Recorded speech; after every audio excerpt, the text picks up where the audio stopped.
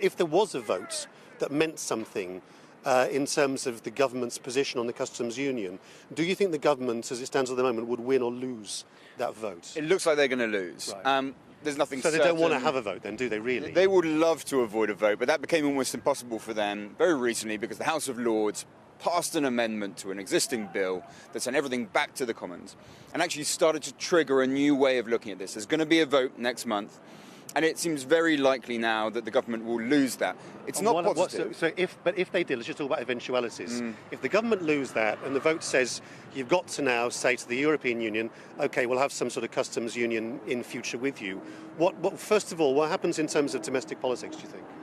The first thing is whether Theresa May can survive losing a vote like that. Now, or the government might collapse, you mean?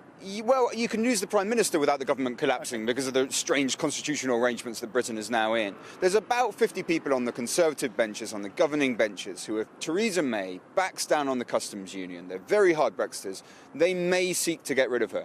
Now, even that is not certain. They may think, if we get rid of her, we put the entire Brexit project at risk. They might think they keep her there and accept that kind of compromise. But it's possible that even the Prime Minister would go.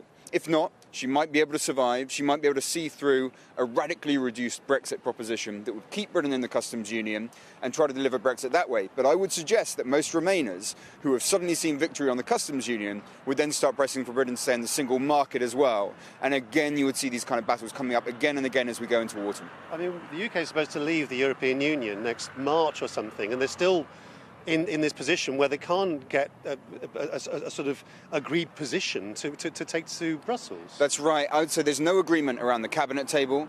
I'm not convinced there's any agreement inside of the Prime Minister's brain. There's no majority for anything in Parliament, not a majority for Remain, not a majority for soft Brexit, not a majority for hard Brexit, and not a majority for no-deal Brexit. So we are facing an extremely chaotic period for British politics. It's going to stay that way, especially over the next 6 months.